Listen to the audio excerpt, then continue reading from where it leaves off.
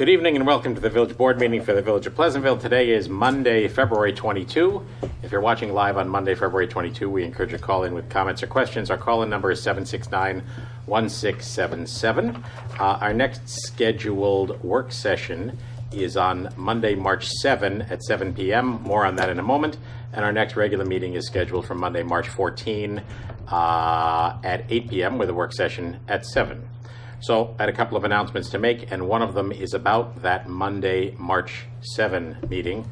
Some of you may have seen in the local press or in our village email alert that there is a bridge reconstruction project that has now been contracted by the State Department of Transportation on the Sawmill River Parkway. There are two bridges that for many of us probably don't seem like bridges, areas where the sawmill crosses the Sawmill River and is actually sitting on pilings. They are roughly underneath the two stone bridges that are between Grant Street and Marble Avenue. It is not the stone bridges that are being rebuilt, it is the bridges that the roadway sits on. And this will occasion two significant detours that are going to have an impact on us. The first is a spring detour that starts on April 3rd and will continue through about July 1st. That's a nighttime detour that will begin at 9 p.m. and continue through the night until 6 a.m. And that will be on Sunday nights through Thursday nights. It will not be active on Friday and Saturday nights. What will happen in that circumstance is that the Sawmill Parkway will be closed entirely between Marble Avenue on the south end and Grant Street on the north end. And anyone headed south will have to exit at Grant Street, go through Memorial Plaza, Marble Avenue, down past McDonald's, and get back on the Sawmill south in Thornwood, and the reverse route for anyone headed north. So that is a period again from about April 3 to July 1, nighttime only, Sunday night through Thursday night.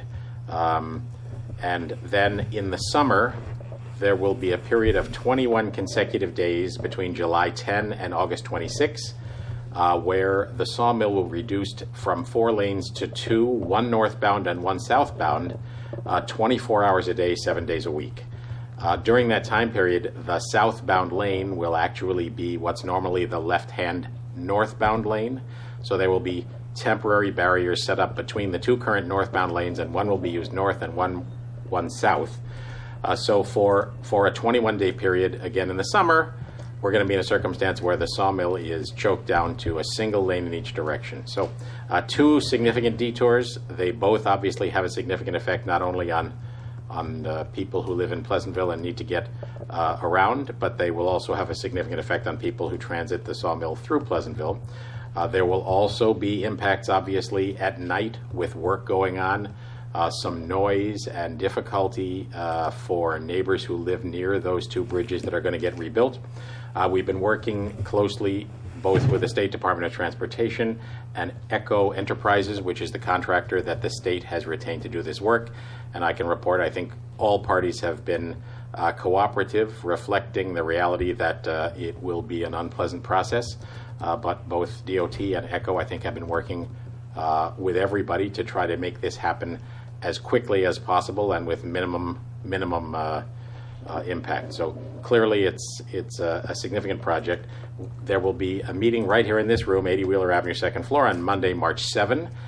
If you are interested in coming to hear more about these projects, you can do so on Monday, March 7, starting at 7 p.m. and going till about 8:30 p.m. That will also be televised on PCTV. You can watch it on the government channel, and within a few days you can pick it up with an on-demand webcast at pctv76.org. So there are lots of different ways to catch up on this information. In addition... I'm sorry, is Mount Pleasant having a meeting, or a community meeting? Because it greatly affects town. Mount Pleasant is invited, anyone in Mount Pleasant is invited to this meeting. This is the primary meeting about the project.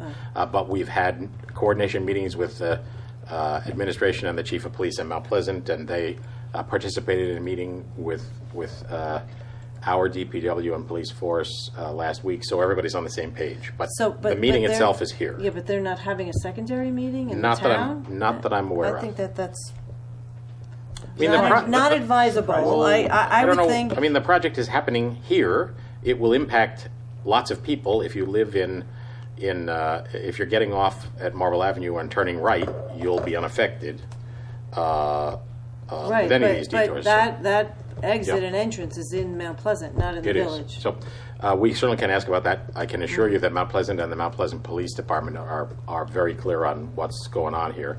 It is possible that through the continuing discussions we're having, some piece of this may get tweaked a bit. One of the things that's a modest question mark is whether there will be periods of time when pedestrian crossing at Grant Street between the Pleasant Avenue side and the Grant Street side will be stopped. At the moment, it may be for periods of time, perhaps late at night. So that's a source of discussion right now, and we'll have more on that later.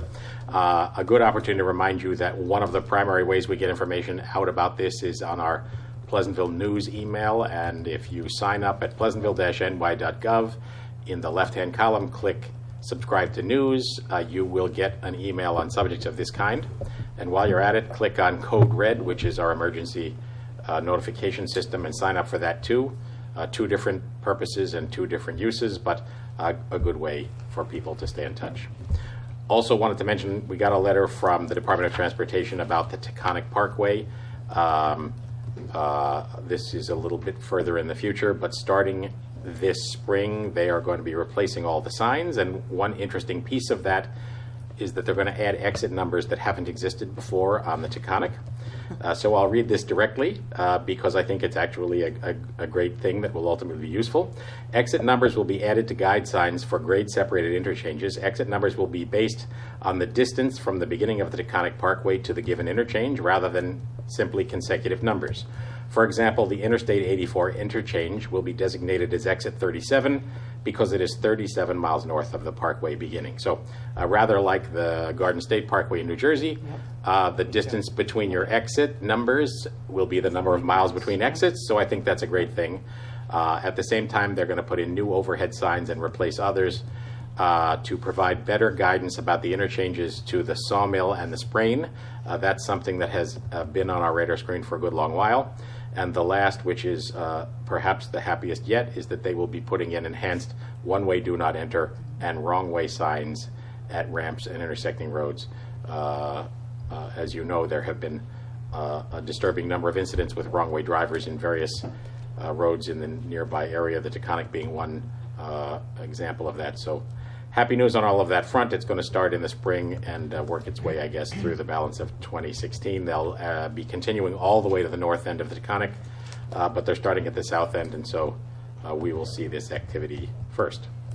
So good news on all those fronts. I also wanted to report that, as many of you who watch these meetings know, the board voted to participate in Sustainable Westchester's Community Choice Aggregation Program, which is an energy community buying program. More on that is available for anyone who wants to look at it at sustainablewestchester.org, but I just want to give you the update on where that stands. As of the moment, the folks at Sustainable Westchester had sent out requests for proposal to a set of pre-qualified potential energy suppliers. There are a total of 20 municipalities participating in the first round, Pleasantville among them. They are going to be receiving, in fact, did receive today, on Monday, February 22nd, a confirmation from all of the bidders that they were going to bid, that they could accept the terms under which the electric service agreement would bind them, and to provide what's called indicative pricing for various term lengths. That is not the bid price, but indicative pricing that will give Sustainable Westchester a week to look at where it stands and to address any concerns that the potential ESCOs have. And then the following Monday, a week from today, the 29th, firm price quotes will be delivered to Sustainable Westchester, and they will let us know what they have found and who they propose to contract with. As previously reported, it won't happen unless the price is lower than the 12-month trailing average from the default energy supplier, Con Ed. And lastly, I just want to remind everybody, your energy will still be delivered by Con Ed. Your service still comes from Con Ed. Repairs and billing will still come from Con Ed. It's just like anyone who has otherwise signed up with an alternative energy supplier, a so-called ESCO. And at the point at which Sustainable Westchester has identified a contractor, everyone who is currently receiving their energy through Con Ed, as opposed to an ESCO, will get a letter giving them the story about what will happen and giving them a 20-day opportunity to opt out if they so choose. So we'll provide a lot more information about that to come, but the idea at the moment is that the bids will be in hand next week at Sustainable Westchester, and if all goes according to plan, the electrons would start flowing through this new system in May. A shout out to the folks at our PBA, the Pleasantville Police Department, who not only identified but also have offered to donate the first year fee for a new program called CopSync, which is a great electronic system that connects people who are involved in an emergency situation in our school district directly with the police. It comes out of a lot of study about how serious incidents evolve and what communication problems arise. The folks at the Pleasantville Police Department identified this software product as a great step forward. I have been working with the school district, and I know Steve has been involved with the school safety panel. And I think, am I correct, Steve? Pleasantville will be the first in New York State to have this. Yep, So, I think we're the first in the state of New York that brings this kind of technology to a problem that we all know faces administrators and students every day. So I think it's fantastic. It's a good project, Yeah. a great program, and one that was not only generated by, but is being paid for in the first year by the Pleasantville PBA. So a shout out to all of our officers who voted to make that contribution to the community. Then lastly, the last thing I wanted to mention is you may have noticed I wasn't here last week. I think Mindy mentioned I was in Albany at the New York Conference of Mayors meeting. I came back both interested and demoralized all at the same time. And I plan to do a PCTV show to talk about all that I came back with. There are a bunch of issues that affect villages like Pleasantville, and a number of ways in which I think it's fair to say that Albany is not hearing us. That perhaps is an accusation that can be equally leveled on both sides of the aisle, so it's quite a nonpartisan statement. We need to see some change there, and through NICOM and the Westchester Municipal Officials Association, I think we came back with some concrete steps about how to strengthen Westchester's hand as a force for change in Albany, and we'll see where we can go. I know the folks over the Pleasantville School Board have been engaged in a very similar effort, so hopefully we can all lock arms and see if we can get a couple of high-profile problems addressed. No certainty that we can, and plenty of reason to think perhaps we can't, but it's our obligation to try. So, anybody else have any? I have two things. Yeah. One, if you notice, our administrator and our clerk aren't here, but we have a guest clerk today from Briarcliff, correct? Correct. And I forgot your name already. Christine. Christine. So Thank you for that. Christine. She's You're welcome. Welcome. Pinch hitting. Yeah, she's pinch hitting for us. The others are not on IR, thank God. But also, a number of residents, and I mean like 6 or 7, have been pretty angry and hollered at me that they weren't aware that we raised the fee for our meters, and they put their quarter in. They didn't read, and they put their quarters in and thought they were getting a half hour, and they only got 20 minutes, and they got a ticket. So I want to remind everybody that as of January 1, our fees went up for our meters. Actually, it wasn't January 1. It was after we took the hoods off our meters for free parking. About It was January. about that time, right? Yeah. Yep. And the fees were increased for a quarter for 25 cents on street parking. So please For 20 read the quarter little for 20 minutes. Quarter for 20 minutes, Instead right. of 30. Right. So read the the meter, and if you get caught talking somewhere or shopping too long, which we hope you are, maybe you have to run out and put another quarter in. We're sorry, but it's kind of what keeps the village flowing. So. Well, and worth noting, I know I've gotten similar comments. Nobody likes to see rates go up for anything. We've been working on several different ideas that might help us expand the supply of parking, all very expensive ventures. The other thing is that we have been, as you may have noticed, we recently put in a new pay and display unit over in the parking lot off Manville Road behind the bookstore and Dunkin' Donuts and MacArthur's that now accepts credit and debit cards. That's a big step forward, and I know lots of people we're happy to see that. We're going to do the same thing in a few months in the lot that's between Holy Innocents and the Bagel Store, taking out the individual meters and doing a pay and display that not only takes coins but also credit and debit cards. So I can report that we will consume all of the cost of all of the extra revenue from the higher meter rates by making these improvements. The other piece on the radar screen, and I throw this out, I know I mentioned it before, but it's really worth people commenting if they see any of us. We've looked at a couple of proposals to replace the individual meter heads with meters that can take credit and debit cards, which would free people of the need to have a pocket full of quarters. Lots of people would be very happy to see that, myself included, accepting the reality that it's an expensive venture. It would cost us about $175,000 in equipment, and then it would increase our annual costs quite a bit because every one of those meters is a little cellular uplink. So great benefits, the potential to pay by smartphone, to extend time by smartphone.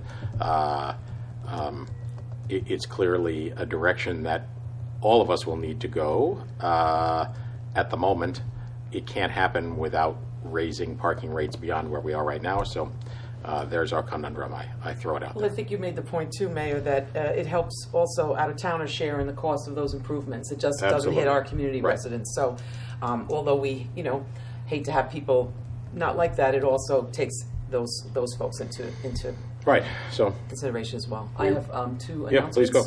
So Pleasantville Strong has our next parent forum this coming Wednesday at the Mount Pleasant Library right here in Pleasantville from 7 to 9. The title of our forum is Teenage Alcohol and Marijuana Use, Where We've Been and Where We Are Headed. We have a fabulous speaker from New York Medical College. She's the Clinical Director of Pediatrics, so we look forward to that discussion. As an offshoot to Pleasantville Strong, we are starting a parent support group. It starts next Monday, the 29th. It'll be at the United Methodist Church. It will meet every Monday night from 7 to 9, and you can go to thecaresgroup.org to get more information about that. And that will be a weekly meeting for parents or guardians who have children who are affected by drug or alcohol abuse. okay, thank you for that. Sure. Any other announcements? So lastly, before we get back to our resolutions, I wanted to report to anyone who may not have been aware that we began tonight at 7 o'clock in work session with a presentation by a group of people led by the Sunrise Senior Assisted Living Company and a property developer called Bedford Partners. They have been in discussion with the Methodist Church at the corner of Maple Hill and Bedford Road, and they came forward tonight after some months of general awareness that they were working on this. With the first opportunity we've had to see what they may be applying for, which is a project that is in many respects similar to the project that was rejected at that site about a year and a half ago, proposed by Benchmark Senior Living. They have come back with a new proposal showing a couple of different ideas tonight and indicating that they are interested in feedback from us in the community and interested in being flexible about how this might be evolved, but they envision sometime in the next several months coming forward with a formal application for a zoning text amendment that would rezone that same parcel. That's the wooded parcel to the left of the Methodist Church as you look at it from Bedford Road, for the purpose of senior assisted living. So anyone who has any interest in that should pay attention. I again encourage everybody to sign up at pleasantville-ny.gov to the subscribe to news. You can get an automatic email of all of the agendas for this board and any others you're interested in. Great way to be aware of when subjects are coming up either in work session or in public session. No formal application has been made. I invited them, if they are ready, to give us a PDF of the presentation they made tonight to put up on our website. I'm not certain whether they're ready to do that or not, and obviously it's entirely up to them because what they have so far shown is quite preliminary, and maybe they want to make some further changes. So that's on the radar screen and was a subject of discussion tonight. With that, let's go to the resolutions. 23, Steve. Resolved that pre-check register dated February 22nd, 2016, covering check numbers 82644 through 82734, has been reviewed and they are hereby approved as listed below. From the General Fund, the Water Fund, the Capital Fund, the Refuse Fund, the Pool Fund, and the Trust and Agency Fund, a total of $367,257.48. Is there a second? Second? Comments that you get to choose, Christine. They called out equally. What do you think? I'll go with Trustee Berard. All right. Thank you. Yes. Joe, you get the next one.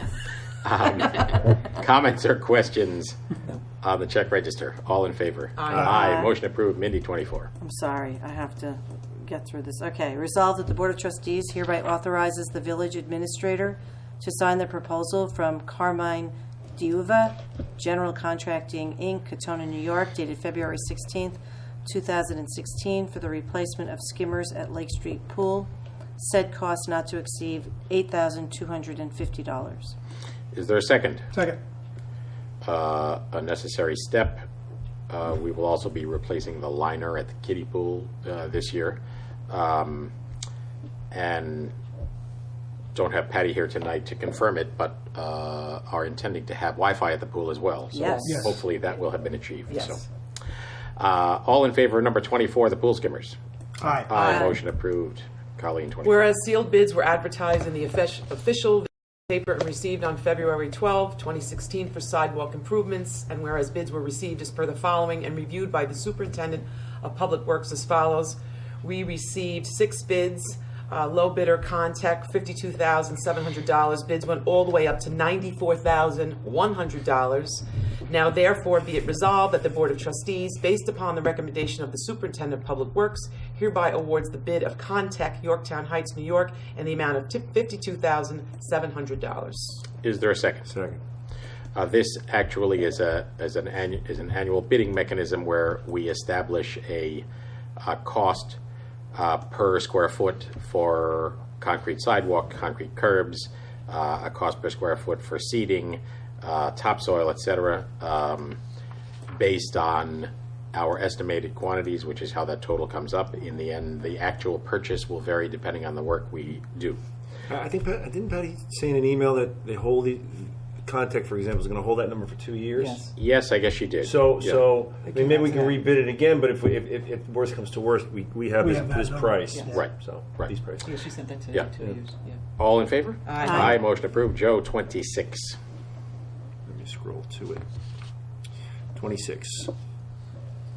Whereas sealed bids were advertised in the official village newspaper and received on February 8th, 2016 for pre-engineered, prefabricated restroom / concession building, and whereas bids were received as per the following and reviewed by the village administrator as follows: for public restrooms company, $159,698, and from Caladri Development Corp. for $262,450. Now therefore be it resolved that the Board of Trustees hereby awards the bid to Public Restrooms Company, Minden, Nevada, in the amount of $159,698. Is there a second? Second. This, again, is a subject that's familiar to anyone who enjoys our company every other Monday night. We have put out a bid for prefabricated restrooms, as you just heard, that will be built at Parkway Field. They're coming. That's exciting. Right at the end of the field house. It's separate from the field house and not attached, but right at the end of the field house facing the bleachers. There'll be 4 single occupancy restrooms, and then on the end of the building a small office / concession space, a little room with a door with a roll-up grill where things can be sold, or people can use it as an administrative post for athletic event or the music festival or whatever it might be. Public Restroom Company builds the building elsewhere and delivers it. And the base cost for the building is $129,963. The turnkey installation onto a pad that we have to build is $29,735, which produces that total $159,698. That is not the total cost of the project because the village is responsible either on its own or through a different contractor to bring the required plumbing to the site and provide a concrete pad to have the building sit on.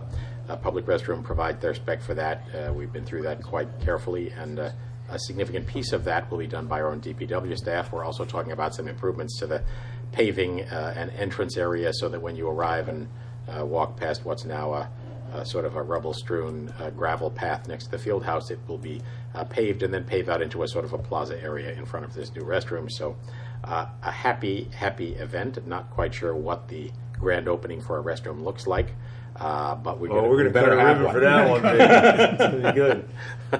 It's exciting. Yeah, there are 4 rooms and there are 5 of us, so I don't know how that's going to work. My recollection from what we all discussed, although it's a prefab building, it's not like a plastic snap together, no. Just for the building. It's a really nice building. It's really nice. Yeah. Custom built just for us, delivered here. They put in the basic, the under plumbing, right there, don't they? They have a plumbing system. Yes. We Right. bring the plumbing to the space. Yeah, Right. Plug it in. They plug it in. Yep. Yeah, it's going to be good. It's good. So, all in favor? Aye. Aye. That's a good one. Approved. Happy day. 27, Steve. Resolved that the Board of Trustees, based upon the recommendation of the Superintendent of Public Works, hereby appoints Michael Baranowski to the position of Lead Mechanic-Automotive effective March 1, 2016, at a salary of $60,489. I imagine that's an annual salary, right? It is, yes. Said appointment is subject to a probationary period of not less than 12 weeks to a maximum of 52 weeks. Is there a second? Second? Michael Baranowski comes to us very well recommended with quite an extensive history as a mechanic and as a fully certified master technician. So we look forward to welcoming him to the village staff down at our DPW garage. All in favor? Aye. Motion approved. Mindy, 28. Resolved that the Board of Trustees hereby authorizes the village administrator to sign the contract with Adventures in Climbing, dated January 13th, 2016, to supply rides for Pleasantville Day. Said cost not to exceed $5,650.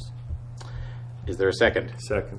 So this one looks like so much fun. you need to be in Memorial Plaza on Saturday, May 14. The folks at Adventure in Climbing, you may recall, came They did the Velcro last wall. year. Yeah. This year, the folks who are organizing this, Peter Rogov and Petra Zorgman, have signed up for the Rock Wall, the Euro Bungee, and New Element Meltdown. So That is just like I still. they don't have that in Briarcliff, right, Christine? Huh? Definitely not. All right. Velcro walls. Do you have a copy of what we're looking at over there? I do. I'll take it home with me. All right. All in favor? Aye. Motion approved. So May 14. Mark your calendars. I challenge Steve Yep, Lopez. we're gonna- Steve. the trustee round. Steve Lord. Yeah. Put your helmet on. Yes.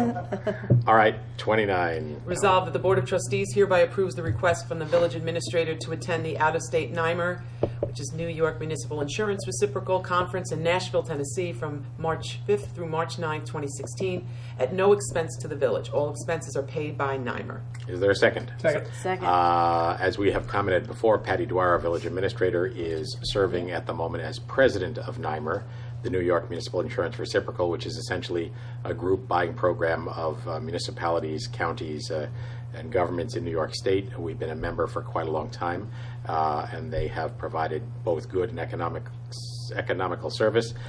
Patty has served on the board and was recently elevated to the presidency. I was just gonna say that's why she's free, right? And so we get an extra perk. NYMER is sending her to their insurance conference in Nashville. So at no cost to the village, I don't know, should we buy her a banjo? Cowboy hat. Yeah. All in favor? Aye. Motion approved. 30, Joe. Resolved that the Board of Trustees, based upon the recommendation of the police chief, hereby approves the appointment of Louis Ciliati as a school crossing guard effective February 22nd, 2016, at a salary of $20.62 per hour. Is there a second? Second.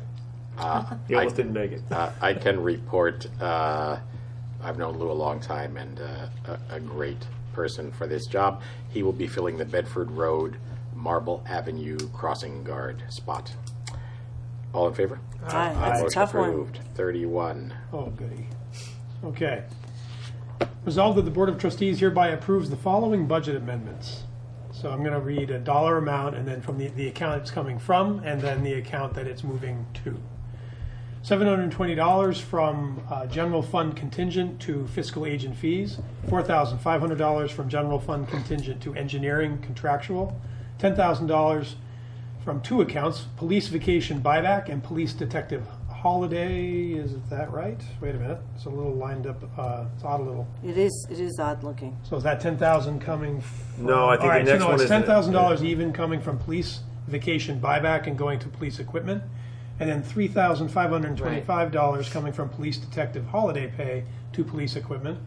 $7,400 from snow outside service to snow equipment. $580 from snow chains and blades to snow Sounds like a rock equipment. band. Yeah, I mean, that's interesting. What is snow equipment if it's not chains and blades? But okay.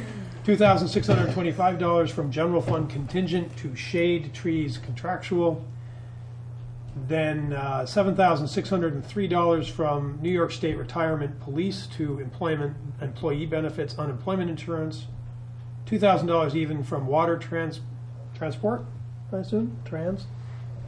Yes. Transport and distribution equipment to water transport and distribution patching materials. And $1,236 from the refuse fund contingent to refuse fund unallocated insurance, for a total of $40,189 even. From, well, I got one more. One more, yes. From, we're increasing a revenue and expense account, $5,050.50 from the sidewalk program to the capital sidewalk project, which, the first is the revenue account, which the money comes in, and the second is the expenditure account. Is there a second? Second. That last piece, the sidewalk piece, is money paid by residents who partner with us to improve sidewalks in front of their homes or businesses. They pay 50%, we pay 50% until the budget for that is exhausted in a given year. So just remind everybody that that's a program out there. It renews itself annually, and if you're thinking your sidewalk might be needing replacement and you're up for partnering with us to improve it, please let Village Hall know.